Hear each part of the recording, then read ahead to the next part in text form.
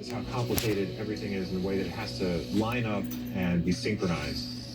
So I'm working on the third gag, and I think I've got it pretty much wrapped up. When you operate it right up by the piston, everything seems to work perfectly fine. Well, that looks good. But when I grab it back where the water is actually going to apply the force, that's when I realize it sticks. I mean, what the It doesn't work. I don't know why. So the plate's dragging in the front. All right, so I've got to do something to keep this from pushing on the front of the pipe. So maybe if we put a little bit of a spring here, that'll keep just a little bit of tension on this side and keep the front moving smooth and have no binding. Now let's find a spring.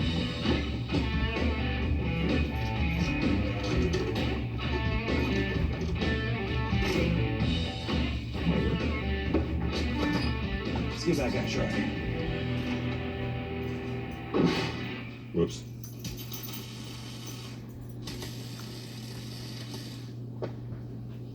Yeah, that ain't going anywhere.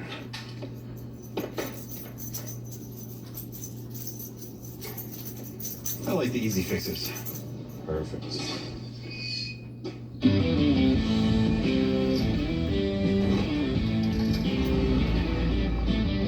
So I surprised Bunky with a lowering kit for his F350. After we test fit the bed the first time, step back, take a look at the truck, and it's just sitting way too high.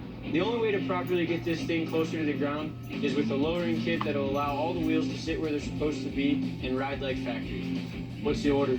Shocks, leaf springs, whole Shocks, thing leaf is one? springs, spring hangers, bolts, the whole nine.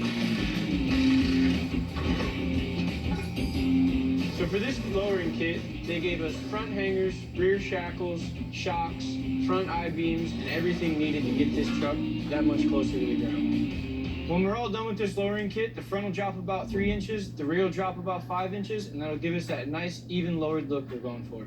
This is your new spring hanger. Spring comes up from the top, mounts in this way, essentially moving the position of the spring up higher on the frame, therefore lowering the frame to the ground.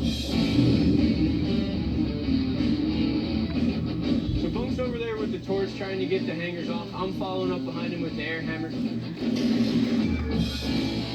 Next side? Next side.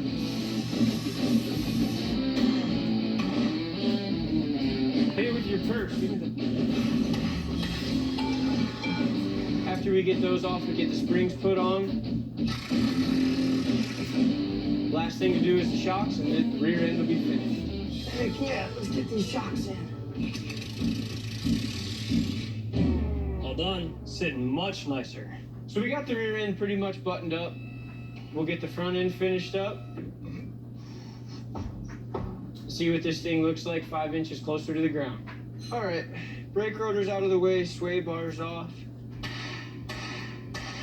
Now we can get the springs out, start putting on all the new stuff. They are really on there. That bolt must be rusted. That's it. Yeah, here, give it a shot. But just when we thought we were home free, we've got a big problem. I usually use an air ratchet if its threads are half inches. It's worse. What up? Why do you make so much noises? You. So we're down here taking the final suspension components off. I need to get this shock out of my way so I can release the spring tension. This shock's a pain in the butt. It's rusted, the bolt's tight, it's in a hard spot to get to. They don't want to come off. It's always that last piece that gives you trouble. That shock is so rusted in there, I have no idea how we're going to get this out. I don't know, man. This bolt won't come out.